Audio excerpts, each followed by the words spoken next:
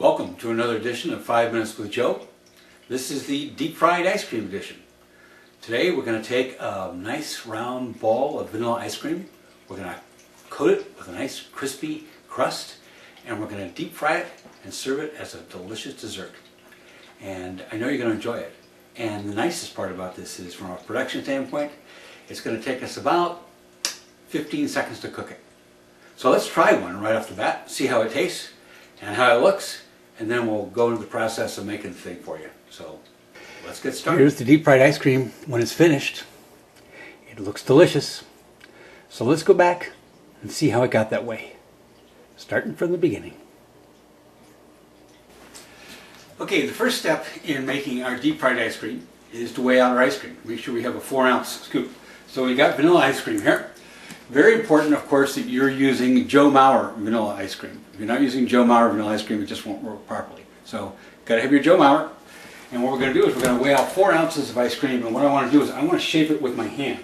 So I've got my scale here. I'm going to zero it out. I shape it with my hand because I can get it nice and round, nice round ball. So let's get it on here. And measure out 3 3/4, 4. Just need a little bit more. Get my 4 ounces, pick it up, and if you with nice gloves, you can form it just like you would form like a snowball. And you get it nice and round, and then this is going to go on the plate, and it's going to go into the freezer, and it's going to sit in the freezer for at least an hour before our next step. But through the miracle here, I didn't happen to have the next step already back here. So back here, I have right here, I have a ball that's been sitting in the freezer for about an hour. And what I'm going to do is I'm going to do the first coating on this. The coating is made of, it's a mixture of Frosted Flakes, good old Frosted Flakes, Tony the Tiger Frosted Flakes. They're great. And coconut. So you mix equal amounts of coconut and Frosted Flakes together, and you warm up your ball a little bit just so you want the flakes to stick on there. Pick it up and just push those flakes in there. Push them in so it's nice. Get a nice coating on it. And it doesn't have to be too fancy, but if you push it around, it'll warm it up a little bit with your hands and the coating will stick a little bit better. Okay? And then this goes back into the freezer and goes there for about another 2 hours in the freezer to sit.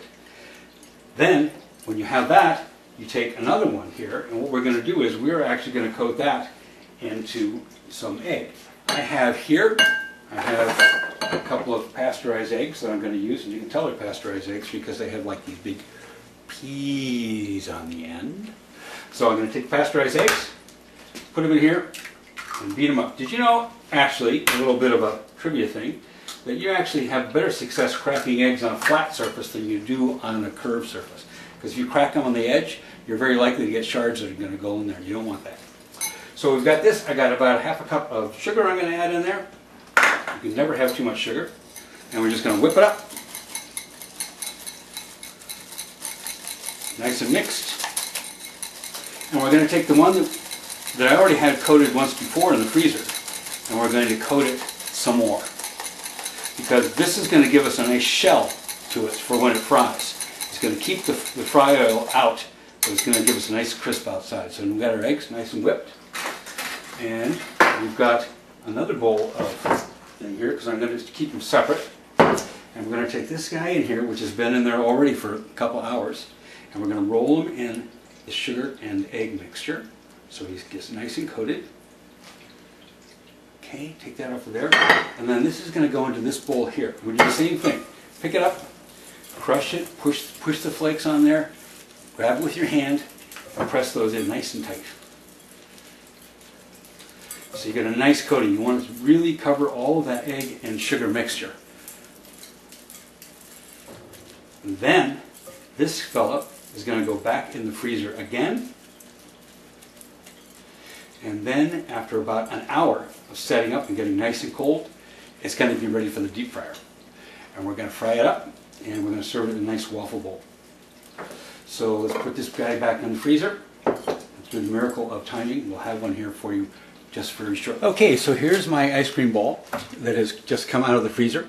Make sure your freezer is below 0. Very important. You want the ice cream to be as cold as possible. I got a fryer here. My fryer set at 375, And this is going to go in for about 15 seconds. So off we go. Let's count it down. 15, 14, 13, 12, 11, 10, 9, 8, 7, 6, 5, 4, 3, 2, and 1. Hold it over the oil a little bit just to drain it. I got my nice waffle cup right here. And it goes to the waffle cup. And you are done. And that is probably the fastest production item you'll have in your whole menu. Deep fried ice cream, it's delicious. In fact, I think we should give this guy a try and see how we think it tastes. So let's check out our deep fried ice cream and see how it tastes. You could also serve this in a cone, and I have done, in a nice cone. The coating here is really nice and crunchy. And, oh my goodness, that is outstanding. That's really good, if I say so myself. But it's hard to talk and eat the ice cream, the deep fried ice cream, at the same time. So,